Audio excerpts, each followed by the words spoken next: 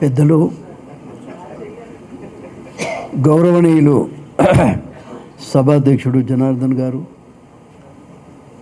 మన ముఖ్య అతిథి గారు పార్లమెంటు సభ్యురాలు మాజీ మంత్రివర్యులు, ముఖ్యంగా ఎన్టీ రామారావు గారి కూతురు, అదేవిధంగా వేదిక మీద ఉన్న రామకృష్ణ గారు, ఇతర పెద్దలందరికీ, ఇక్కడ విచ్చేసినటువంటి పెద్దలందరికీ నమస్కారం. ఎన్టీఆర్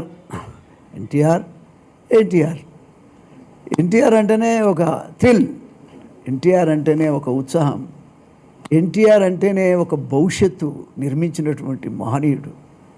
ఒక మాటలో చెప్పాలంటే ₹1 లేకుండా నేను ఎమ్మెల్యే అయ్యి 6 సార్లు గెలవగలిగిన అదృష్టం ఇచ్చిన మహనీయుడు.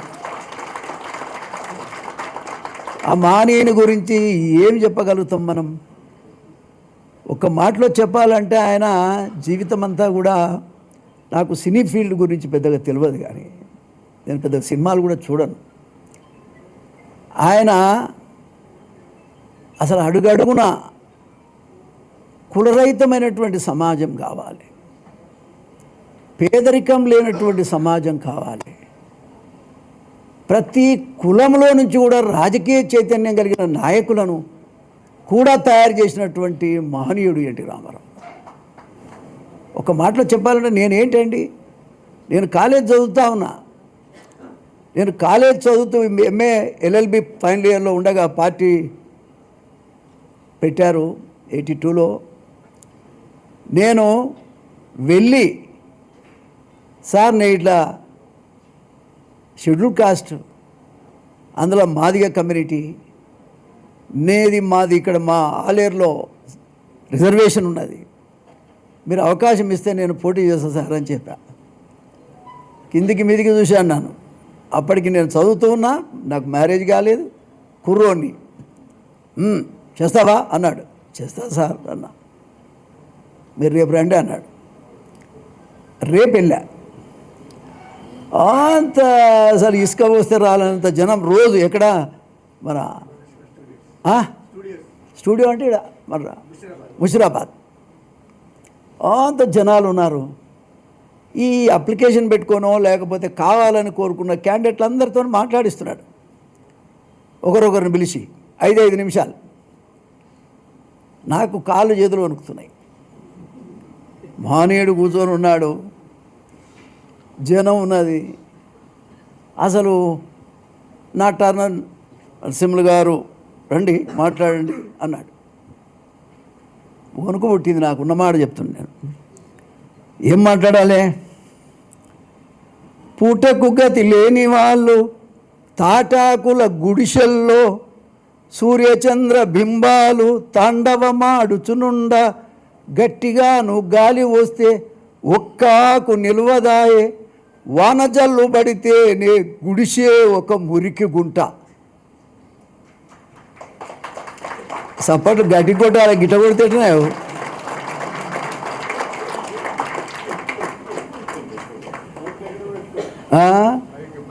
ఓకే, గుడిచే ఒక మురికి గుంట అన్న ఇట్లా చూసిన్నాను. ఇట్లా చూసి ఆ బుక్లో ఆయన ఎవరు ఏదన్నా మంచి పాయింట్ చెప్తే రాసుకుంటున్నాడు. ఈ గుడిసే ఒక మురికి గుంట అనేదాన్ని ఆయన రాసుకున్నాడు. రాసుకుంటే ఏం రాసుకున్నాడు అనేది నేను అనుకొని నేను 5 నిమిషాలు పోయింది, 10 నిమిషాలు మాట్లాడినా నన్ను ఏమంటలేడు. ఈ వ్యవస్థ గురించి ఎట్లా ఉంది ఈ వ్యవస్థ?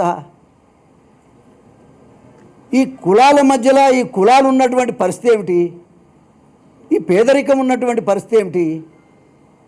ఈ పరిస్థితిని అధిగమించాలంటే మీలాంటి వాళ్ళ నాయకులు ఖచ్చితంగా ఈ రాష్ట్రాన్ని పరిపాలించాలి సార్ అని చెప్పేసి నేను ముగించిన తర్వాత దగ్గర తీసుకొని శబాష్ అట్లా కొట్టాడు. ఆ శబాషే నాకు టికెట్ వచ్చింది. నేను పెద్ద పైరవి చేసింది లేదు, నేనేం అడిగింది లేదు. కాన్సెప్ట్ ఉన్నవాడిని, రాజకీయమైన ఆలోచన ఉన్నవాడిని, ఆడు ఏ కులమైన క్వాలిఫికేషన్ ఉన్నవాడిని మంచిగా చదువుకున్న వాడిని ఎన్నిక చేసినటువంటి ఏకైక నాయకుడు. ధనాన్ని చూడలే. క్యాండిడేట్ మంచోడు కావాలి, ప్రజల కోసం అంకిత భావంతో పనిచేయగలిగినటువంటి మనస్తత్వం కలిగినటువంటి నాయకులను తయారు చేసినటువంటి ఘనత ఆ నాయకులే ఇవాళ అన్ని పార్టీలలో ఉన్నారు, నేను కూడా ఉన్నా.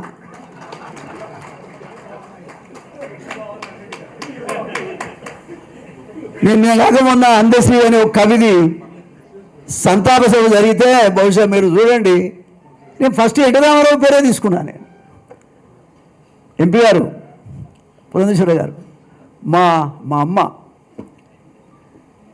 వయసుతో సమానం లేదు కానీ ఎన్నోసార్లు ఆమెతో చేదాగిన వాడిని, వాళ్ళ ఇంట్లో ఉన్నవాడిని.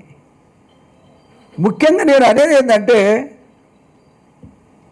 నేను ఒకరోజు ఇంటికి పోయినా, రోజు పోవడం అనుకో, ఒకరోజు పని కట్టుకొని పోయినా. పోతే ఏం జరుగుతుంది అన్నాడు. అంటే సార్ ఈ పందుల గుడిసెలు ఉన్నట్టున్నాయి హాస్టళ్ళు, ఒకసారి ఆలోచించండి సార్ అన్న. చెప్పు ఏం చేద్దామన్నాడు.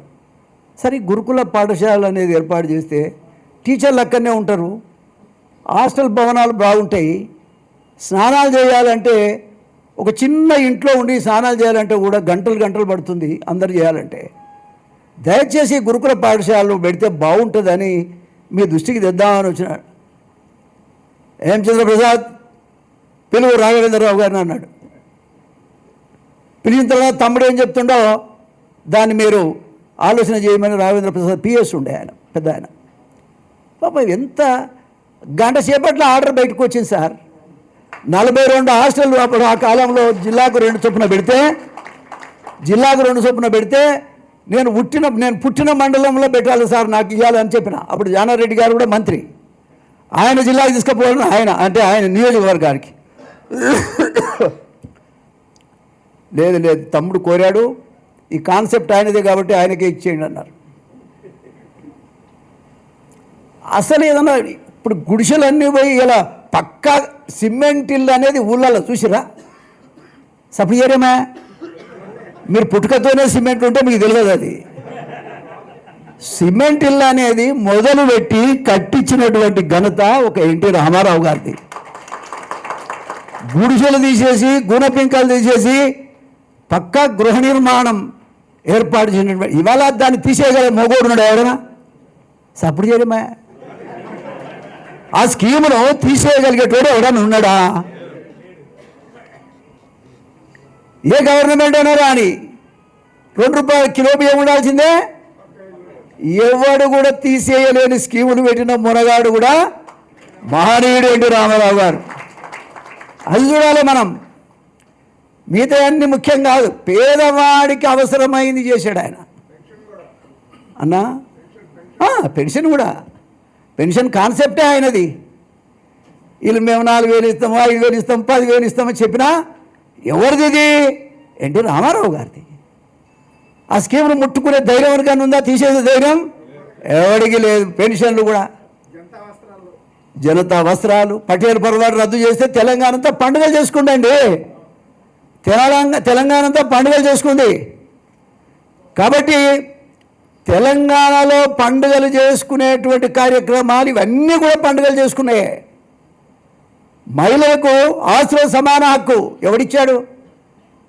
ఎవడియ్యలే. అంబేద్కర్ ఓ టైంలో మహిళలకు ఆస్తిలో సమాన హక్కుతో పాటు అనేక విషయాలు కోరితే ఆనాడు ఉన్నటువంటి పరిస్థితుల్లో అది కాకపోతే ఆయన రిజైన్ చేసిండు అంబేద్కర్. అది ఎన్టీ రామారావు గారు పెట్టింది వల్ల భారతదేశం అంతా కూడా అమలు జరిగేటువంటి పరిస్థితి వచ్చింది. ఇప్పుడు ఏ ఇంట్లో ఉన్నా పంచాయతీలు అవుతున్నాయి. ఏం పంచాయతీలు అంటే ఎన్టీ రామారావు గారు పెట్టిండు స్కీము. అది ఏమైంది? ఎప్పుడో 30 ఏళ్ళ కింద పెళ్లి చేసుకొని పోయినా కూడా బట్టలు సర్దుకొని ఇంటికి వస్తుంది మళ్ళా.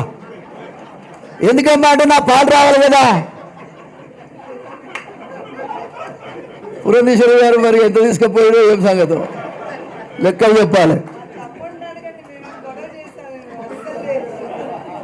గొడవలు చేయలేదంటే వాళ్ళు మంచోళ్ళు.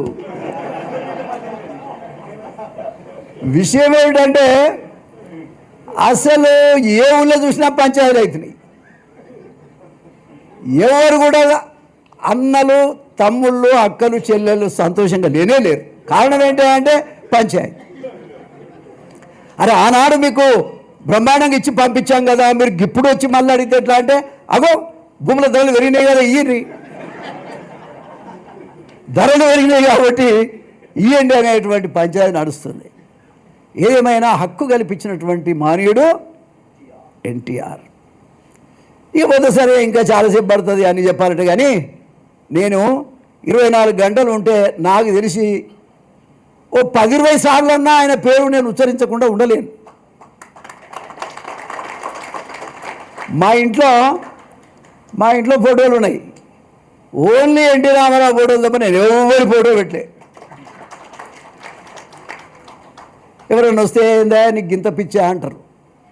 అవునా పిచ్చే, ఏమీ లేకుండా నన్ను ఇంత దూరం తీసుకొచ్చాడు. ఆ కృతజ్ఞత నాది. నా మ్యారేజ్ ముహూర్తం కూడా ఆయన చేతులతోని ఆయన రాసి నాకు ఇచ్చిండు, క్యాలెండర్ పెట్టి. పురంధేశ్వరి గారు విషయం చెప్తున్నా నేను, ఆయన రాసి ఇచ్చాడు నాకు ముహూర్తం. ఆ ముహూర్తానికి మళ్ళీ మ్యారేజ్ హాల్ ఎక్కడ, అప్పుడు ఇన్ని హాళ్ళు లేవు కదా. అయ్యో ఆ రోజు ఒకటి విఐపి పెళ్లి చేసుకునేటువంటిది వెంకటరామరెడ్డి హాల్, ట్యాంక్ బండ్ కింద. దాంట్లో హాల్ బుక్ చేశాడు, మ్యారేజ్కి వచ్చాడు. మ్యారేజ్ డిన్నర్ కూడా ఇచ్చినటువంటి ఆ మానవుని నేను ఎట్లా మర్చిపోతానండి. కృతజ్ఞత గల జీవితం నాది.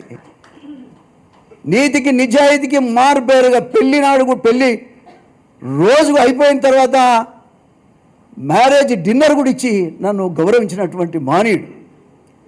అదొకటే కాదు, ఆ రోజు మా మిస్సెస్ నేను కలిస్తే, మా మిస్సెస్ కూడా డాక్టర్, ఏమ్మా మీరు గవర్నమెంట్ జాబ్లో పనిచేయండి, తమ్ముడు రాజకీయంగా ఉంటాడు, ఎలాంటి అవినీతి లేకుండా జీవితం కొనసాగితే మీకు ఎన్నడైనా నేనున్నా మీ వెనుక, మీరు అర్థం చేసుకోండి అని చెప్పాడు ఆయన. ఆ మాట ప్రకారంగానే మచ్చ లేకుండా ఈ రోజు వరకు నేను ఉన్నా అని చెప్పగలుగుతాను. ఎన్టీ రామారావు మనిషిగా నేను ఉన్నా అని చెప్పగలుగుతున్నా. కాబట్టి ఇక ఇదంతా ఒక భాగం అయితే ఒక మాట చెప్పి ముగిస్తాయి. ఇక ఎక్కువ టైం అయితే కూడా బాగుండదు. అయితే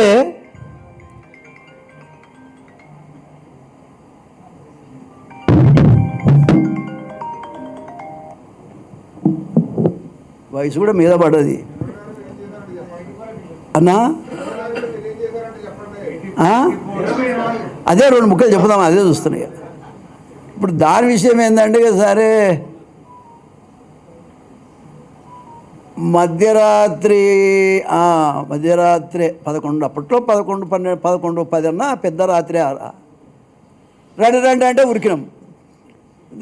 ముషిరాబాద్లో రూమ్లో అందరిని వేస్తూ ఉంటే సరే అదే ఇక మిగతా విషయం అంతా మీకు తెలుసు కదా. ఇక అక్కడి నుంచి అన్నగారు అమెరికా నుంచి వచ్చింది, ఇదంతా మీకు తెలుసు. రాజ్యాధికారం అనేది ఏ విధంగా పోయిందో కూడా మీకు తెలియదు కాదు.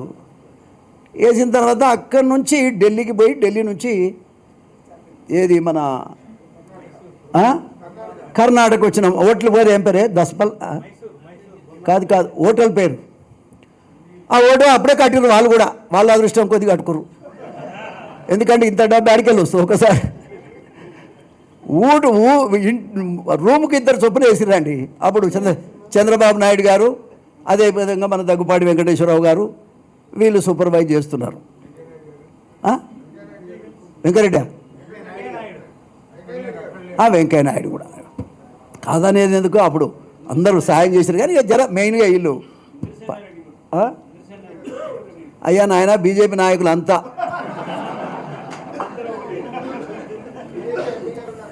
అన్నా ఉన్నారు కదా, నేనేం లేరంటలేను కదా సార్. అయితే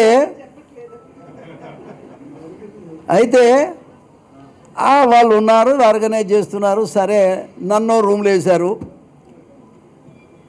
నన్నుకి చేర్యాల రాజిరెడ్డి ఉండే, రాజిరెడ్డి అని, చేర్యాల రాజిరెడ్డి మా ఆలేరు పక్కనే ఉంటుంది కాన్స్టిట్యున్సీ. ఆయన నన్ను ఒక రూమ్లో వేశారు. అయితే ఈ రోజు పొద్దున్నే బేరర్ వస్తాడు, సార్ మీకేం కావాలి అడుగుతాడు. అడిగితే ఒక ఆయన ఇంత పొడుగు చెప్తాడు, ఇంతకి ఏదో రకరకాల బ్రాండ్స్ ఉన్నాయిగా, ఎవరు దోషింది వాళ్ళు చెప్తారు. ఈ అలా సొమ్ము వాళ్ళది కాదుగా.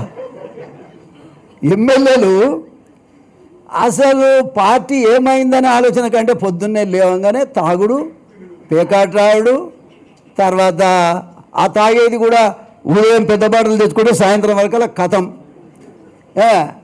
ఇట్లా నడుస్తుంది కథ. సరే, నేను ఆ రాజిరెడ్డి గారి రూమ్లో ఉన్న పెద్ద మనిషి, ఆయన బయటికి పోయేటోడు ఏం కాదు, మంచోడు, నిమ్మల బస్తుడే పాపం. ఆయన కూడా ఒక బాటలు పెట్టుకునేది, ఇక తాగుతా ఉండేది. ఆయన చెంపలన్నీ ఉబ్బి ఇట్లా ఉంటుండేది ఇట్లా. ఇక అయిపోయింది కథ. సరే, మళ్ళీ తిరిగి ప్రజాస్వామ్య పరిరక్షణ ఎన్టీ రామారావు గారు వారు ఏ లక్ష్యంతోనైతే పార్టీ పెట్టిండో ఆ లక్ష్యాన్ని నెరవేర్చడమే కాదు, ఎదురొచ్చినా ఎవరు వచ్చినా సరే మరి ఆయన ఏ విధంగా పోరాటం చేసి నిలబడ్డాడో మనందరికీ తెలుసు. అయితే మొత్తం ఈనాడు పేపర్లో రోజు రాస్తున్నారు, పార్టీ సమస్యలలో ఉన్నా ఎవడు పట్టించుకోలేదు. ఎన్టీ రామారావు గారికి ఆపరేషన్ అయింది, బాధల్లో ఉన్న తాగుడు మాత్రం ఎవడు ఆపలేదని ఈనాడు పేపర్లో పుంకాలు వస్తుంది. ఆయన ఇక టికెట్లు వస్తాయా రావని ఎవరిని కాడు నెత్తి కొట్టుకుంటుంటారు. అరే, ఈ పరిస్థితి ఎందుకు వచ్చింది అంటే, బేరేది ఇక్కడ ఇలా అడగాలి, ఒక చిట్టి మీద రాసి ఎన్టీఆర్ పంపాలి. ఈ సంగతి ఎవ్వరిని తెలియదు. ఎన్టీఆర్ మహానీయుడు ఎంత గొప్పదో చెప్తున్నా మీకు నేను. ఆయన రాజకీయ నాయకుడు కాదంటారు, సినిమా యాక్టర్, ఎవడు చేస్తాడు ఈ పని ఎవరు తెలియదు. మళ్ళా సీటు మీద కూర్చున్నాక ఈనాడు పత్రిక రాస్తుంటే అప్పుడు అర్థమైంది, అమ్మ మేము ఇంత తాగిందా, మా మీద ఇంత ఖర్చు వచ్చిందా అని చెప్పేసి ఒక్కొక్క 4 లక్షలు 2 లక్షలు 3 లక్షలు ఇట్లా ఖర్చు పెట్టారు. బర్త్డేలో అక్కడనే చేసుకున్నారు, మ్యారేజ్ డే కూడా అదే అక్కడే చేసుకున్నారు. రకరకాలుగా జరిగింది. ఎన్టీఆర్ కోపం అంటే కోపంలో ఉన్నాడు. ఇక తర్వాత ఈనాడు పేపర్లో వస్తూ ఉంది. సరే, మా నల్లగొండది కూడా వస్తుంది. నేను ఏదో అదృష్టం కలిసి వచ్చి ఎమ్మెల్యే అయితే, నేను అటు ఉద్యోగానికి కాకుండా పోతే ఇటు మ్యారేజ్ కూడా చేసుకొని అయితే ఇప్పుడే ఇది రద్దు అయిపోయా. తర్వాత ఇప్పుడేమో ఈ పరిస్థితి వచ్చింది. అసలు ఈ రాజిరెడ్డి రోజు తాగుతున్నాడు. ఈ రాసిన వాళ్ళు ఎవరి ఖాతాలు రాశారు, నా పేరు కూడా వాళ్ళ ఖాతాలు రాశారా? వాస్తవంగా చెప్పాలంటే ఒక కొడుకు కంటే ఎక్కువ నన్ను చూసుకున్నాడు. నేను ఏడవంగానే లేచి లేలే కొన్ని కారణాల వల్ల నేను ఇవ్వలేదు, నువ్వు గెలవని చెప్పిరా అని చెప్పిండు. నేను గెలవనా? అదేంటి సార్ నేను గెలవనని ఎవరు చెప్పిండ్రు? ఇవన్నీ కథ అంతా వద్దు కానీ చెప్పిండు. సరే, నేను గెలిచి మళ్ళీ నీ దగ్గరికి అవసరం. ఎన్టీ రామారావు గారు శిష్యుడు ఎంత కట్టాడో మీకు కూడా చూపిస్తా తీసారన్న అనగానే నేను ఇట్లా అడిగేసి ముందుకు పోతే, జర కుర్రోనే కదా, ఆవేశంతో ముందుకు పోతే ఇట్లా అన్నాడు. మళ్ళీ టికెట్ ఇస్తాడేమని వెనకకు వచ్చిన. వెనుకకు వస్తే ఎన్టీ రామారావు గారు నిర్ణయం చేస్తాడు. నిర్ణయం చేసిన తర్వాత దాన్ని మళ్ళీ వాపసు తీసుకోవడం మంచిది కాదు, నువ్వు అర్థం చేసుకో, నువ్వు అక్కడ ఇండిపెండెంట్గా పోటీ చేస్తా అంటున్నావు, వద్దు నా మాట అయిను అన్నాడు. సార్, ఎన్టీ రామారావు గారు మడిమ తిప్పని మనిషి, నేను ఒక దళితుణ్ణి, ఎన్టీ రామారావు గారి శిష్యుడు అంటే ఏమిటో అది కూడా చూపిస్తా సార్ అని పోయినా, గెలిచి మళ్ళీ నీ దగ్గరికి వస్తానన్నా, గెలిచి మళ్ళీ ఆయన దగ్గరికి పోయినా. పోతుంటారా మాంతో ఎవరు గుర్తుపెట్టుకుంటాడు? సబ్రియో గుర్తు ఎవరు పెట్టుకోడు చదవంతాను, గుర్తు ఎవరు పెట్టుకోరు. బట్ నువ్వు తరతరాలకు ఎన్టీ రామారావు చరిత్రను అందించిన ఘనత జనార్దన్. కన్విన్స్ చేసడంలో మొనగాడు. ఆఫీస్కి ఎవడం వస్తే అది ఎంత కోపంతో పోయినా కూడా వాడిని గుసులో పెట్టి చాదాపి వాళ్ళంతా కన్విన్స్ చేసి మళ్ళీ ఇంటికి మెట్లు దిగేదాకా వాడు మళ్ళీ తృప్తితో ఇంటికి పోయేటట్టు చేసేటువంటి మంచి మనసున్నటువంటి జనార్దన్, మంచి మనసున్నాడు. అసలు ఈ కార్యక్రమానికి నన్నే ఎందుకు పిలిచిందంటే మరి మా ఇద్దరి మధ్యలో ఉన్న అనుబంధం కూడా అలాంటిదే. అనేక సందర్భాల్లో కూడా నాకు కూడా అనేక విషయాలు వచ్చినప్పుడు ఓదార్చినటువంటి తమ్ముడు అన్న జనార్దన్.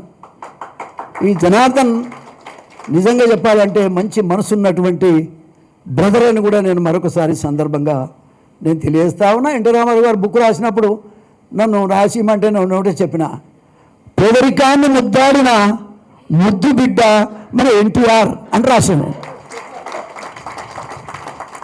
పెద్ద పెద్ద పదాలు అక్కర్లేదండి, పెద్ద పెద్ద పదాలు అక్కర్లేదు. ఆయన ఏంటి అసలు పేదోడి పట్ల ఆయన మనసు ఎట్లుంది, అది ముఖ్యం. కాబట్టి ఆ మాట రాసిన మా విక్రమ్ గారు మంచి రచయిత. అరే నాకు 70 ఏళ్ళు వచ్చినాయో, దళితున్నాయా, 6 సార్లు గెలిచిన, నాకు కూడా చరిత్ర ఉంది, చిన్న బుక్ రాగానే ఆ విక్రమ్ను బదిలాడుతా ఉన్నా. ఎన్టీఆర్ రాసినప్పుడు ఆయన గురించి నేను చెప్పుకోవాలి, నా బుక్లో ఆయన పేరు కూడా ఉండాలి నాకు అని చెప్పేసి. ఇదంతా ఫ్యూడల్ వ్యవస్థ కదనే. ఓ ఎస్సీవాడు మాదివాడు ఎక్కడ టిర్రం పర్రం తిరుక్కుంటూ ముచ్చట చెప్తున్నాడు, బ్రహ్మాండంగా మాట్లాడుతుండు, గెలుస్తుండు. మరి ఇటువంటి రాజకీయాల్లో బతకనిస్తారే? మరి తెలంగాణలో ఎట్లున్నది ఇక్కడ పరిపాలన? కాబట్టి అటువంటి సిచ్యువేషన్ను కూడా ఫేస్ చేయగలిగి రావటం అంటే ఎంత కష్టమో మీరు దయచేసి పెద్దలు అర్థం చేసుకోవాలి. ఈ పరిస్థితులలో పార్టీలు ఏమన్నా కానీ, నా రాజకీయం అన్నా కానీ, చంద్రబాబు నాయుడు గారికి సహాయం చేయటం నా ధర్మం. ఒక దళితుడిగా ఒక పేదవాడి మనసు ఏమిటో అర్థం చేసుకున్నందుకైనా నేను చేయాలి. నేను ఆనాడు ఇండిపెండెంట్ గెలిచి ఎన్టీ రామారావు దగ్గర పోయిన తప్ప వేరే పార్టీల దగ్గర పోలే, గవర్నమెంట్ లేకపోయినా సరే. అందుకే ఎన్టీఆర్ నన్ను ఆకాశం అంతా ఎత్తిండు. చంద్రబాబు నాయుడు గారు సరే, నాకు రాజకీయంగా నేను పేద కుర్వాల నుంచి వచ్చిన కాబట్టి నేను తెలంగాణ వాదం, తెలంగాణలో ఇక్కడ పార్టీ కనుమరుగయ్యే పరిస్థితి ఉంది, నాకు రాజకీయంగా ఒక అవకాశం ఉండాల్సి ఉండే. ఆ విషయంలో నేను కొంచెం బాధపడ్డమాట వాస్తవం. అయినప్పటికీ మరి మనకు ఇన్నేళ్ల సావాసంలో ఆ జెండా పతనం అవుతా ఉంది, ఆ నాయకుడిని అరెస్ట్ చేశారు. ఇక్కడ ఏ పరిస్థితుల్లో ఆంధ్ర వాళ్ళు ఇక్కడ ధర్నా చేయడానికి వీల్లేదంటే ఎవరెవరో చెప్పేదని బయటకు వచ్చాడు. నేను వచ్చిందండి, ఎవరైనా వచ్చినా చూడండి. ఎవరన్నా అక్కడ చేసుకోవాలి ధర్నా, ఇక్కడ చేసుకోవద్దంటే స్పందించింది ఒక్క మోత్కుపల్లి నరసింహే. చంద్రబాబు నాయుడు గారికి ఏమన్నా అయితే మాత్రం ఊరుకునేది లేదని చెప్పాను. నేను ఇక్కడ ఎన్టీఆర్ గారి దగ్గర ధర్నా చేశాను నేను. ఇదే TV5 నాయుడు గారు వచ్చి సాయంత్రం వచ్చి నాకు నిమ్మరసం ఇచ్చి మరి ఆనాడు నాకు సాయం చేసిండు. సోదరులారా, నీతి ముఖ్యం, పైసలు ముఖ్యం కాదు. చరిత్రకారుడు ఎవడైతాడండి? చరిత్రలో అంబేద్కర్కున్న చరిత్ర ఎవరికన్నా ఉందా? ఇవాళ ఆనాడు ఎంతమంది ప్రధానమంత్రులు అయినరు, ఎవరి పేరు నడుస్తున్నారా? కానీ మరి చంద్రబాబు నాయుడు గారు ఆయన జైల్లో ఉంటే నేను ధర్నాలు చేసిన, నేను దసరా పండుగను బైకాట్ చేసిన. మేడం, దసరా పండుగను బైకాట్ చేశాను, మీరంతా స్టేట్మెంట్లు ఇస్తూ ఉన్నారు.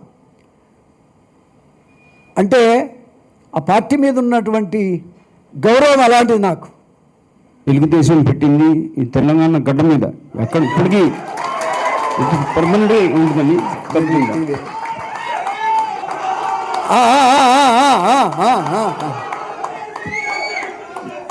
ఆగండి. సరే ఆగండి. ఒక్క నిమిషం.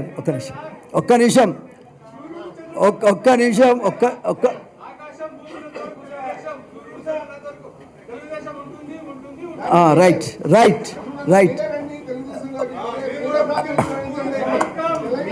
ఒక్క నిమిషం బ్రదర్, ప్లీజ్. అరే నాకెంత బాధ ఉందో మీరు ఎడబుట్టిరే. అప్పుడు ఆనాడున్న రాజకీయ పరిణామాలలో నేను ఇండిపెండెంట్గా గెలిచున్న ఒక అంబేద్కర్ విగ్రహాన్ని అక్కడ పెట్టాలి, యాదగిరిగుట్టలో పెట్టా. అమ్మ ఒకటే నిమిషం. యాదగిరిగుట్టలో పెట్టాను. వెంకటేశ్వరరావు గారు రమ్మని చెప్పాను, వారు వస్తున్నారు.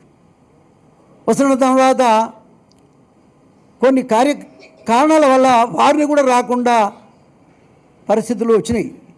అవన్నీ దాటేసి ఆయన ట్రైన్ ఎక్కి ఎక్కడో వరంగల్ దగ్గర దిగి కారు వేసుకొని మళ్ళా యాదగిరిగుట్టకు నా మీటింగ్కి వచ్చిండు. నా ఇజ్జత్ కాపాడిండు, నా విలువ కాపాడిండు. ఒక పేదవాడిని ఆయన అంత రిస్క్ తీసుకొని రావటం అనేటువంటిది ఒక చరిత్ర. మీ ముందు మాట్లాడే అదృష్టం నాకు ఇచ్చారు. ఈ అదృష్టం ఇచ్చినటువంటి జనార్దన్ గారికి ప్రత్యేకంగా కృతజ్ఞత తెలియజేస్తూ తెలంగాణలో ప్రత్యేకంగా చెప్తా ఉన్నా, నేను మొన్న నా మీటింగ్లో కూడా చెప్పాను, ఆంధ్ర తెలంగాణ డివిజన్ అయిన తర్వాత కూడా ఈ పేద వర్గాల కొరిగింది ఏమీ లేదని చెప్పినటువంటి వ్యక్తిని నేను. మీరు అర్థం చేసుకోవాలి. కాబట్టి మీ అందరూ ఏ అభిమానంతోనైతే ఉన్నారో, ఒక పేదవాడిగా రాజకీయాల్లో 30 ఏళ్ళు ఎమ్మెల్యేగా ఉండగలిగాను. ఇవాళ నాకు 70 సంవత్సరాలు వచ్చినాయి. ఈ జీవితానికి ఇక్కడ మాట్లాడే అన్నగారి గురించి మాట్లాడే అదృష్టాన్ని అవకాశం ఇచ్చిన జనార్దన్ గారికి మరొకసారి ధన్యవాదాలు తెలియజేస్తూ సెలవు తీసుకుంటాను. నమస్కారం.